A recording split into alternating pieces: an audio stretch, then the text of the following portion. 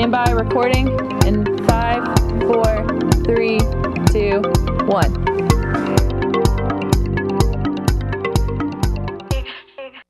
Hey, and welcome to this week's show. I'm Khalil King. And I'm Will Seidel. Welcome back to this week's show. Khalil, first off, I just want to say happy birthday, man. Thank you, brother. 23, right? 23. 23, the so big it's my 2-3. Jordan year. Your Jordan year. Yeah, I'm looking forward to having an amazing day, bro. I'm at the Kobe Bryant year. At the 24. Kobe, oh, man. 24. So. I'm not quite as old as you yet. Not quite. But I'm marching up there. But I've heard this rumor around campus. I don't know if it's true or not, but is it true that you haven't even remotely been considered for homecoming king? Yes, Khalil. I am not on the homecoming court, but you're not as well. Yeah. I was very sad to hear this. You know, I even have the last name. Sucks, don't it? But I mean, it hurts. You can't fix wrong in every situation. Well, that's true. That's true. Who do you got coming on set with you today?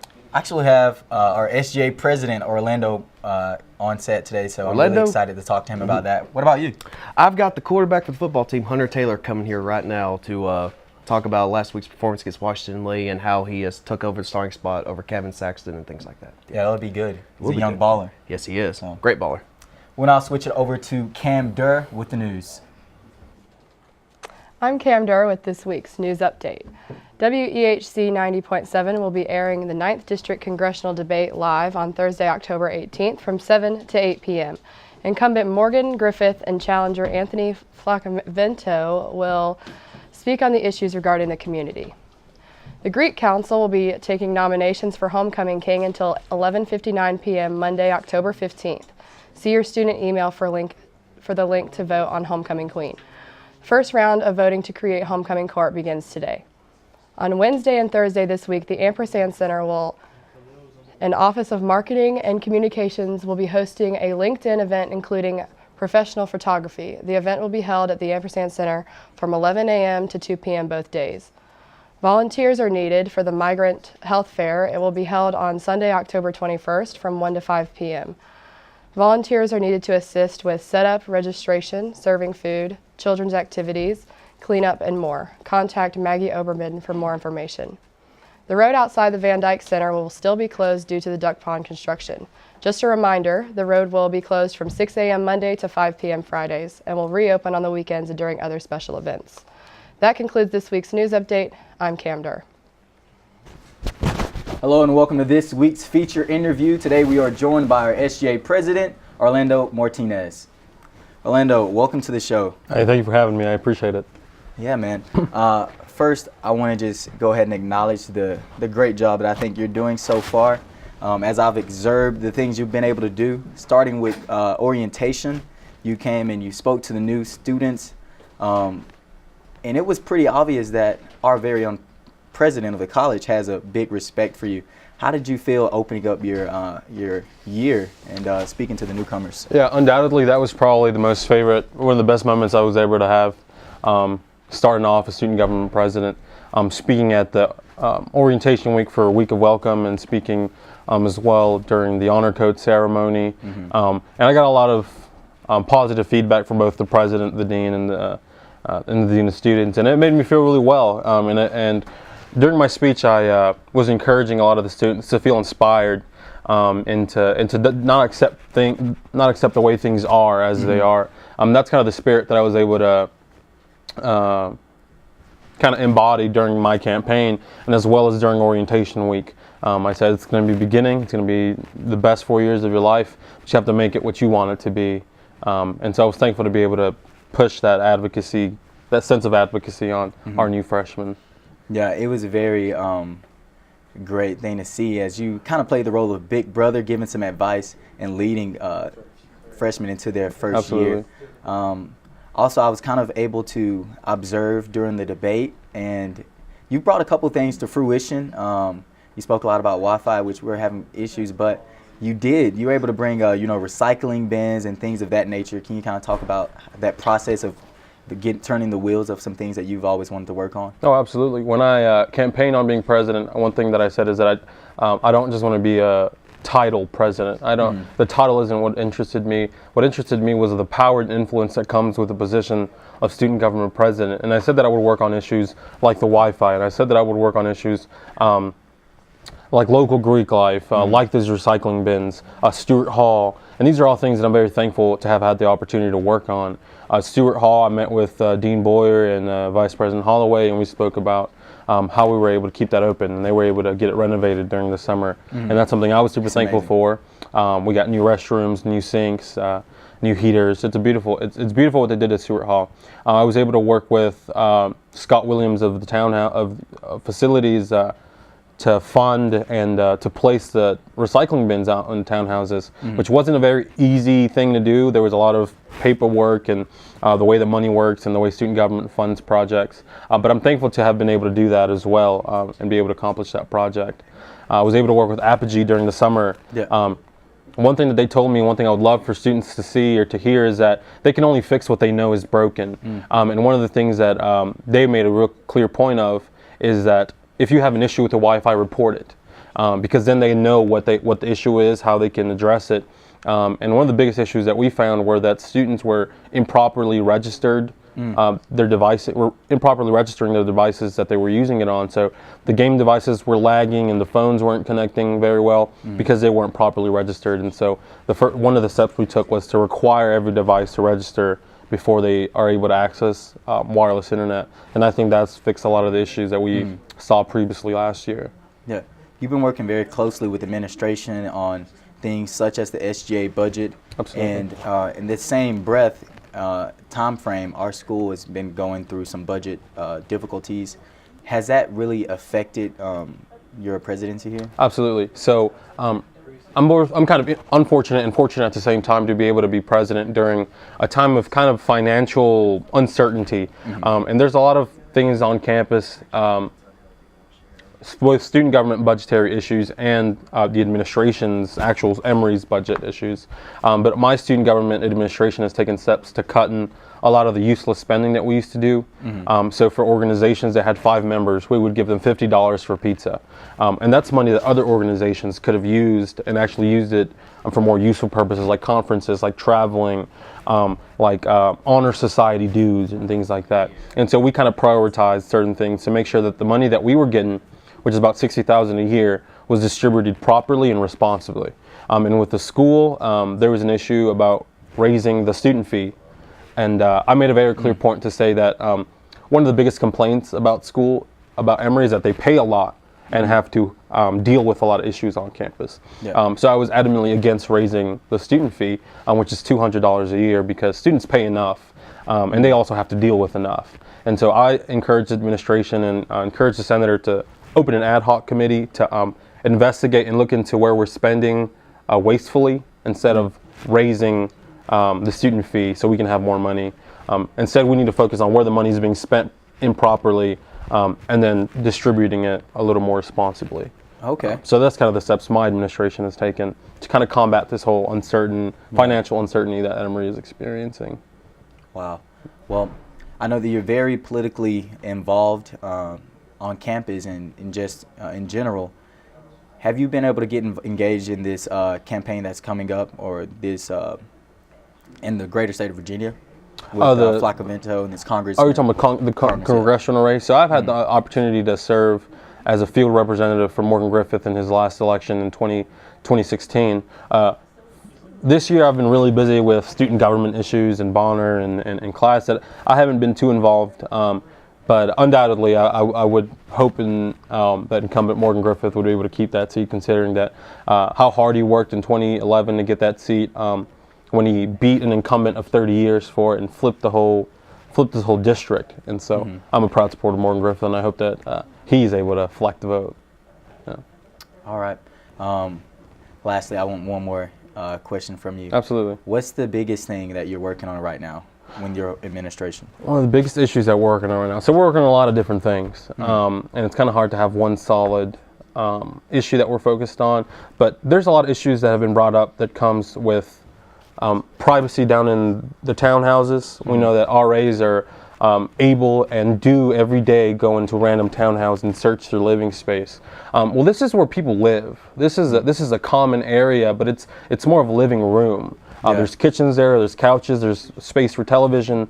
The fact that RAs can go in and say, oh, we have to knock 3 times, it runs a lot of risks of privacy violation. There's people that change. There's people that like to, House code and chill. yeah, house wear, and I think it's very inappropriate. I think it's almost, I would say, a violation of privacy to have cameras in front of every single door, and then to have RAs walk in at any time that they would like. I think it's an invasion of privacy, and I've made that clear to the administration. They haven't been too willing to work with me on the issue, but that's never scared me before.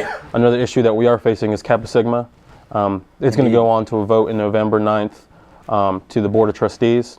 I can make my stance very clear. I don't support them. I didn't support them during my election, and I don't support them now. It's very clear that they have taken first semester freshmen and they partook in some pledging activities. As an interest group, that breaks Emory's Greek laws. And I personally, I am discouraged, and I'm also saddened that they would come into our campus, use our name on their certificates, and then adamantly come and break our rules. And then they want to get mad and riled up when we don't want to support them, when we don't want them on campus. They've been rejected by student government 3 times now. So the fact that it even went to the Board of Trustees, in my opinion, is ridiculous. And so I would really encourage members of the community, alumni, donors, to get behind the student government and let the Board of Trustees know, you guys are so worried about the future, about what we're going to do in a couple of years. You need to start paying attention as to what's happening now and what the students are saying today. And they said it 3 years ago. They said it last year. And if we have to, I'll say it again. Kappa Sigma is not wanted on this campus. I personally, as student government president, would veto any bill that would allow them to come on campus. And if the culture changes in the future, we'll address it then. But right now, it's important that the administration listens to the student body whose money runs this whole institution. And so I would just encourage them to remember that. And to remember that if they want our retention rates to get better, if they want students to come on campus and stay, if they don't want students to be leaving every weekend, that maybe a good step towards fixing that is listening to the students that attend this college. Awesome. Well, thank you so much for coming on, and thank you for all the work that you're doing on campus. It's my pleasure and an honor. And thank you all for watching. I will now pass it over to Luke Montalbano with this week's sports update. Hello, I'm Luke Montalbano bringing you this week's sports update. Our top story, just like the rest of EHCTV, I was not nominated to Homecoming King as well. Moving on to the football field, the football team traveled to Washington and Lee to face the Generals. Despite trailing 30-6 in the first half, the Wasps cut the lead to 8 before falling to WNL 40-29. Their next game will be on their homecoming game this Saturday as they will host Shenandoah University. Now on to the soccer field, the Emory and Henry men's soccer team hosted Shenandoah for their senior day matchup. The Wasps fell behind 2-0, but 2 goals from Tyreek Stallings evened the match at 2. However, the Hornets scored the game-winning goal in double overtime as Shenandoah defeated Emory and Henry 3-2. Their next game will be this Wednesday at home against Roanoke College. The women's soccer team picked up their first win of the season as they defeated Hollins University 6-0 last Tuesday, but then lost to Randolph-Macon at home last Saturday 6-0. Their next game will be this Wednesday as they will travel to Guilford College to face the Quakers. Finishing up on the volleyball court, the volleyball team picked up a conference win on Tuesday as they defeated Hollins University 3-2, but fell short to Toka Falls 3-0 last Thursday. Their next game will be this Wednesday as they'll travel to Randolph College to face the Wildcats. That will do it for this week's sports update. I'm Luke Montalbano. Have a great day, Emory and Henry. Let's now throw it over to Will Seidel for this week's sports interview. Hello, world. I'm Will Seidel, and with me today is the quarterback of the Emory and Henry football team, Hunter Taylor. Hunter, thank you for joining me. Yeah, thanks for having me. So, Hunter, just to get into it, last week against Washington Lee, tough game. Obviously, it was 27-0 before you guys ended up getting on scoreboard. And y'all actually ended up making it a game. It was like 40-29, I think was the final score. Could you just talk about what went wrong in the game at first and just how your team was able to battle back to at least make the score more respectable? Yeah, we just offensively we didn't come out hot. We struggled at the beginning, but I mean we gotta come out better offensively, defensively, and special teams, and just play a complete game. Mm-hmm. So it seemed like you were rushed a lot. Like they threw a lot of blitz packages and a lot of that stuff, and it seemed like you were running for your life out there. Did the offensive line just have a hard time picking up blitz in the A gaps and things like that? No, I mean it was just miscommunications between offensive line and running back. But I mean, we watched it on film, and we're gonna get it corrected. So. Absolutely. Now, when you came in here at Emory here as a freshman, you were behind Kevin Saxton and Dominic Dunable. How was it like sitting behind those two, trying to get into the college, college feel of football from high school? Oh yeah, I mean, just getting to watch them and like how they just went after each day in practice and just really helped me learn like what it means to be the quarterback for Emory and Henry. Kevin was a great role model and mentor for me, as well as Dom, and I'm glad that Kevin's still coaching, and I'm still getting to learn from him. So that's a great point. Do you still talk to Kevin a lot since he's on the coaching staff for pointers at the quarterback position and things like that? Do you still talk to him? Oh yeah, for sure, all the time. All the time. Now, a quarterback transfer came in here last year by the name of Jake Sturgill, a big-time quarterback here in Abingdon at Abingdon High School. And he went to UVA-Wise and he transferred in here. People thought he would be the starting quarterback, but you obviously beat him out. Do you and Jake have a good relationship coming in, like when he came in here and things like that? Oh yeah, we live together. So I mean, oh really? Yeah, I did not know that. But I mean, yeah, he's a great teammate. I mean, I'm really happy he's with us, and I mean he's a really smart dude, and I learned a lot from him. Mm-hmm. Now, do y'all push each other in practice? Like, do you ever feel like, where Jake's really good, he's got a really good arm, he's got really good accuracy, do you think, hey, I can't let down in practice, I can't let him have my spot? Do y'all just push each other? Oh yeah, for sure. I mean, you have to. I mean, everybody's trying to get on the field, everybody wants to play, so I mean, you got to compete every day and just bring it every day. So when your first game of the season against Ferrum, you guys obviously had a great game, and then y'all ended up beating Rochester, New York to start out 2-0. But then the wheels have come off, but Hampton-Sydney, Thomas More, and not Hampton-Sydney, but Washington and Lee losses, 3 straight losses. How, as a quarterback, how do you just try to refocus, get the team back together, especially with the part of the schedule coming up now deep in the ODAC conference? Yeah, I mean, it starts with practice. You just gotta. We have to practice better. We have to execute better in the games, offensively, defensively. But I mean, we just can't give up. I mean, I was proud of the way we fought back last week. I mean, I think that showed a lot about our team. So. Absolutely. What kind of player are you during the game? Obviously, you're more of a quiet type of guy here on campus, but on the field, what personality of Hunter Taylor comes out on the field? Because I've seen you smack talk a little bit out there. When Thomas More, I saw you run over a guy and you got in his face a little bit. So. Yeah, it's a little different. I mean, I kind of get to be like, I don't know, my real self when I'm on the field, but I mean, I just try to give it everything I got every play. So whatever happens, happens. Absolutely. So your offensive line, Tyler Wetterings, came in here. One day I interviewed him for the radio station, and I asked him about you. Like, how do you feel Hunter being the quarterback, knowing you blocked for Kevin the past 2 years?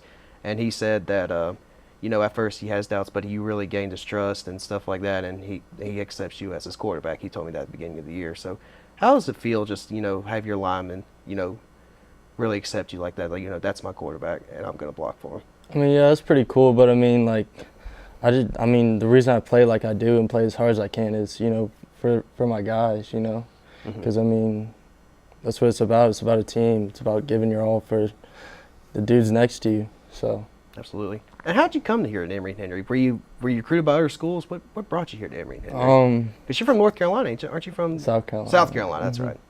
Well, my dad, he's got a buddy, Tony Anderson. He lives right across the street, and he saw my film and then showed it to Coach Newsom, and then he started recruiting me. And I mean, I didn't really have anywhere else to go, really. So perfect fit, though, right? You're happy here at Emory and Henry? Yeah, for Absolutely. sure. Well, Hunter, thank you so much for coming on, and best of luck to you the rest of the season. Really appreciate you. Thank you. And now we will pass it over to Sam Bungai with this week's rant. Good afternoon, fellow people who are looking at me today. I have a food for thought for you. However, I have breaking news. How come I'm not homecoming king? Y'all didn't nominate me. As in what? This is bullcrap. This is bullcrap. I'm going to do a bit of call-outs. Prompter lady. Oh my gosh.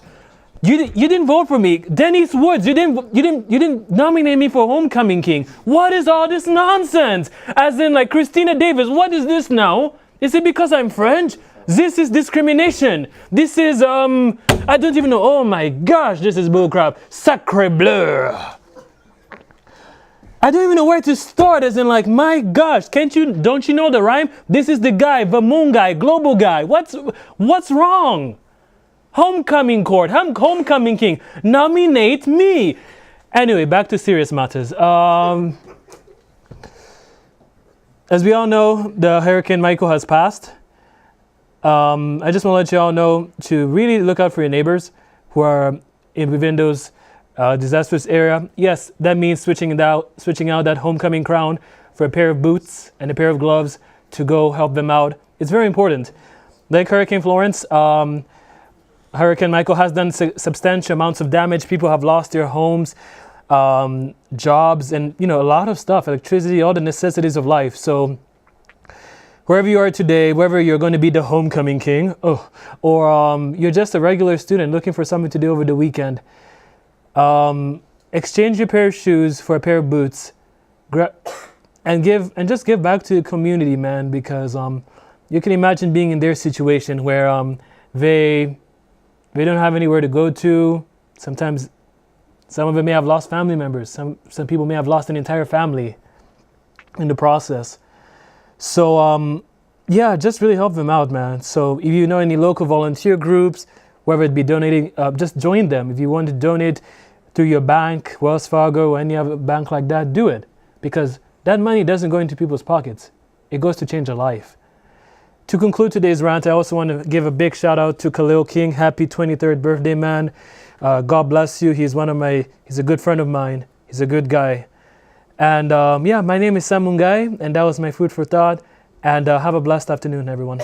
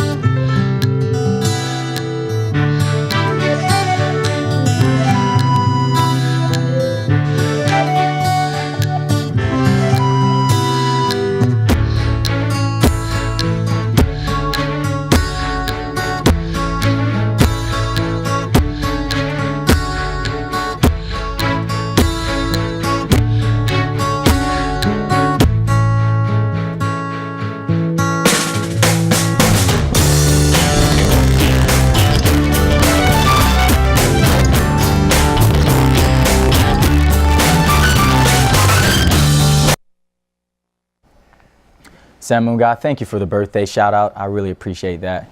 And my condolences to Sam too, because we know how it feels on not getting the homecoming king nomination. Sam, we love you, but we know how it feels. Luke does too.